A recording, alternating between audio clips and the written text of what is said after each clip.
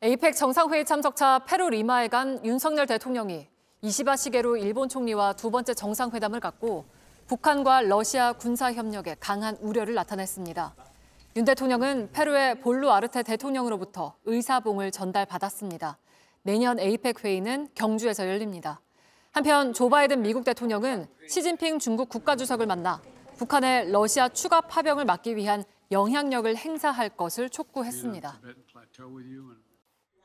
에이펙 정상회의 참석차 출국을 닷새 앞둔 지난해 11월 9일, 윤석열 대통령이 김용현 전 국방장관과 여인형, 곽종근, 이진우 전 사령관과의 저녁 자리에 합류해 계엄 실행에 대한 강한 의지를 드러낸 것으로 JTBC 취재 결과 파악됐습니다.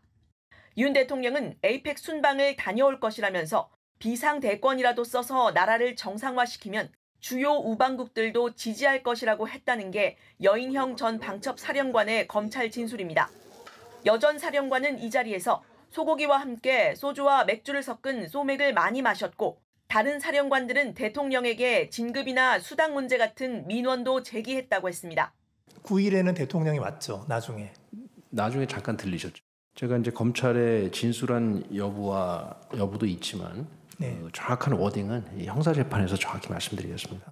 이보다 앞선 지난해 11월 6일엔 김 전 장관이 대통령이 야당의 탄핵안 남발 등을 이유로 비상조치를 언급했다는 말을 했다고도 했습니다. 14일 에이펙 순방 출국 전에 비상조치, 즉 계엄을 검토했다는 겁니다. 당시 여 전 사령관은 계엄을 말리며 트럼프 취임 후 주변 정세를 살펴보실 필요가 있다는 의견을 냈고 이후 대통령도 그렇게 생각하시는 것 같다는 장관의 말을 들었다고 했습니다. 하지만 다음 날 대국민 담화에서 윤 대통령은 야당에 대한 강한 불만을 표출했고 이런 거를 막 남발하고 특검법을 국회에 오지 말라는 얘기다. 이거는 저도 예의를 지키고 야당도 예의를 지키고 이래야 되는 거지. 결국 약 한 달 뒤 윤 대통령은 비상계엄을 선포했습니다. JTBC 유정화입니다. 경주시가 올해 10월 열리는 에이펙 정상회의 개최지로 선정된 건 지난해 6월입니다. 경주는 한국의 아름다움을 가장 빼어나게 보여줄 수 있으며 하지만 정상회의의 하이라이트, 만찬과 공연이 진행될 만찬장은 아직 공사의 첫 삽도 뜨지 못했습니다. 당초 정부는 올 2월까지 설계 용역을 마치고 3월에는 공사를 시작한다는 계획이었지만 실제로는 5월 중순인 지금도 설계 단계인 겁니다. 에이펙 만찬장이 지어질 국립경주박물관 앞마당입니다. 계획대로라면 2달 전부터 공사가 시작돼 지금 한창 공사가 진행 중이어야 하지만요. 매장 유산 발굴 조사만 끝낸 채 지금 보시는 것처럼 평일 낮인데도 전혀 공사가 진행될 기미가 보이지 않고 있습니다. 공사가 미뤄진 건 만찬장 장소 선정이 늦어졌기 때문입니다. 경주시는 월정교와 황룡원 또 이곳 동궁과 월지 등을 만찬장 후보지로 제안을 했지만 안전성과 문화재 훼손 우려 등의 이유로 최종 선정에선 제외됐습니다. 만찬은 각국 정상뿐 아니라 정상들의 배우자까지 참석하는 에이펙의 꽃으로 불립니다. 그러나 공사가 늦어지면서 결과적으론 60억 원을 들여 가건물 행사장을 짓게 됐습니다. 설계 공모 과정에서도 안전이나 보안 문제보단 공사 기간 단축이 중요하게 다뤄졌습니다. 이 프로젝트 같은 경우는 지금 공기가 절대적으로 중요한 프로젝트잖아요. 공기 단축이나 공사비 단축에 관한 특별한 제안을. 만찬과 함께 진행될 공연도 여전히 기획조차 안 돼 있는 상태입니다. 보통은 한 6개월 전에는 대관이 끝나야 합니다. 건물조차도 지어져 있지 않으니까 어떠한 상상을 해보기조차도 힘든 그런 상황이죠. JTBC 유정화입니다. 문화유산이 풍부한 경주지만 각국 정상과 사절단을 맞이하기 위한 숙소나 공항 인프라 구축은 필수입니다. 이를 지원할 근거를 마련할 에이펙 특별법은 지난해 11월 28일 국회를 통과했습니다. 그러나 5일 뒤 윤석열 전 대통령이 비상계엄을 선포했고 탄핵 정국으로 돌입하면서 정부는 사실상 마비 상태가 됐습니다. 특별법은 준비위원장을 국무총리가 맡도록 급을 격상했는데 한덕수 전 총리는 단 2차례 회의를 주재했고 지난 4월 이후엔 회의가 중단됐습니다. 이제 정상회의까지 얼마 남지 않았습니다. 이제는 구체적인 계획들을 확정하고 신속하게 집행해야 할 때입니다. 한 전 총리가 직무 정지와 복귀에 이어 대선 출마를 위해 사퇴해버렸기 때문입니다. 컨트롤타워 역할을 해야 될 그 한덕수 총리마저 사퇴하는 바람에 제2의 잼버리 행사가 되진 않을까? 특별법을 만들고 신속 집행을 운운했지만 정작 정상회의장은 에이펙이 열리는 당월인 10월에야 완공한다는 계획입니다. 에이펙 정상회의장으로 예정된 경주 화백 컨벤션 센터입니다. 회의실을 리모델링해서 정상회의장으로 활용한다는 계획인데 현재는 시공업체만 선정된 단계입니다. 현장에선 조기 대선을 앞두고 인수인계와 업무 공백 우려도 큽니다. 그렇게 말씀드린 장차가 바뀔 거잖아요. 정권 누가 돼도 새 대통령이 되면 그게 바뀐다고 보거든요. 20년 만에 유치한 에이펙의 성공적 개최에 빨간불이 켜졌다는 평가입니다. JTBC 유정화입니다. JTBC는 지난 5월 비상계엄 여파로 10월로 예정된 경주 에이펙 행사 준비가 제대로 되고 있지 않다고 보도했습니다. 특히 각국 정상들이 모일 만찬장 등은 당시 공사를 시작조차 하지 못했습니다. 평일 낮인데도 전혀 공사가 진행될 기미가 보이지 않고 있습니다. 계엄 이후 정부가 사실상 마비됐고 행사준비위원장이던 한덕수 전 국무총리 역시 사퇴했기 때문입니다. 김민석 국무총리는 경주를 찾아 행사 부지를 둘러보며 준비 상황을 점검했습니다. JTBC 보도 이후 2달이 지났지만 상황은 크게 나아지지 않았습니다. 불가피하게 만찬장이나 숙소는 아직은 완결되지 않은 준비가 진행되는 상황이어서 완성태에서의 검증을 할 수 있는 것이 아니지. 결국 주요 인프라는 9월이 되어야 완공되기 때문에 더 꼼꼼히 살펴야 한다며 이재명 대통령의 당부도 강조했습니다. 이 대통령은 오늘 오전 X에서 김 총리에게 에이펙 관련 인프라 시설 진척 사항을 잘 챙겨달라고 당부했고 김 총리는 경주로 달려가고 있다고 답했습니다. 김 총리는 다음 주에 다시 경주를 찾아 숙소와 행사장 등을 점검하겠다고 밝혔습니다. 김 총리는 역대 한 획을 긋는 회의가 되어야 한다고 당부했습니다.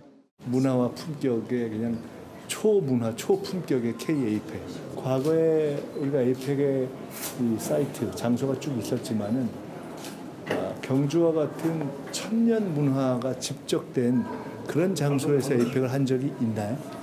이어 김진아 외교부 2차관에 인프라와 문화 관련 보고를 지시했습니다. JTBC 조보경입니다. 경주역 입구부터 에이펙 개최 도시 경주 방문을 환영한다는 조형물과 현수막이 눈에 띕니다. 미중 정상이 모두 참석할 것으로 예상되면서 경주엔 세계의 이목이 쏠릴 것이란 기대감이 고조되고 있습니다. 요즘엔 다양하게 중국인, 일본인 어디서 많이 와가지고 에이펙 하는 시기 때문에 더 많아진 것 같아가지고. 정상회의장과 미디어센터 등 주요 시설 공정률은 이미 95%를 넘겼습니다. 국립경주박물관 안뜰에 들어선 이 만찬장 건물 역시 공사가 거의 끝났습니다. 하지만 정부는 정상회의를 약 한 달 앞둔 시점에서 공식 만찬장을 이곳에서 약 7km가량 떨어진 5성급 호텔로 바꾼다고 발표했습니다. 호텔 연회장 수용 인원이 약 600명으로 기존 만찬장보다 2배가량 많다는 점이 주요 이유였습니다. 여기에 정상 전용 화장실 설치와 경호상 우려 문제도 장소 변경에 영향을 미친 걸로 파악됐습니다.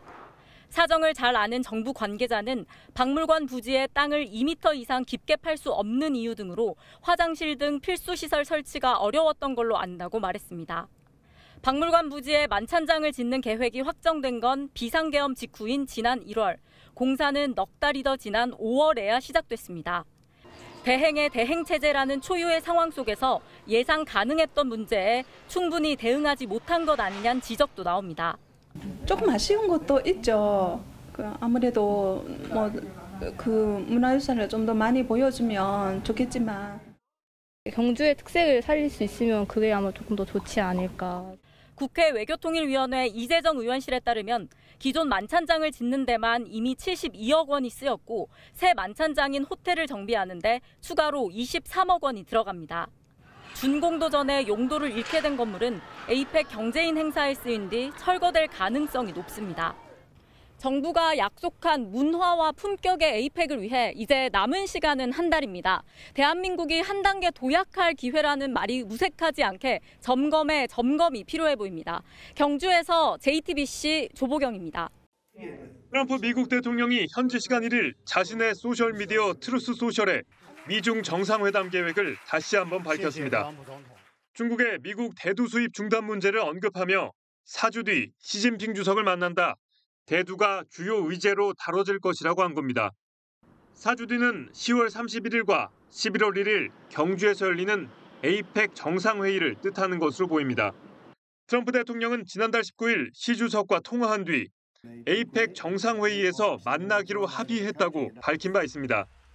미국의 관세 정책으로 에이펙에 대한 이목이 어느 때보다 집중된 가운데 우리 정부는 오늘 특별 홍보 영상을 공개했습니다. 홍보대사인 지드래곤을 비롯해 영화 감독 박찬욱, 축구선수 박지성, 아이돌 가수 장원영 등이 출연했습니다. Welcome to APEC. 여기 2025 차 좀 빼주세요. 2025. 특히 항공기 유도원 역으로 이재명 대통령이 깜짝 등장해 눈길을 끌었습니다. 이 대통령은 자신의 SNS에 작업복을 입고 녹색 크로마키 앞에 서선 촬영장 비하인드 사진을 직접 올리기도 했습니다. JTBC 김민관입니다.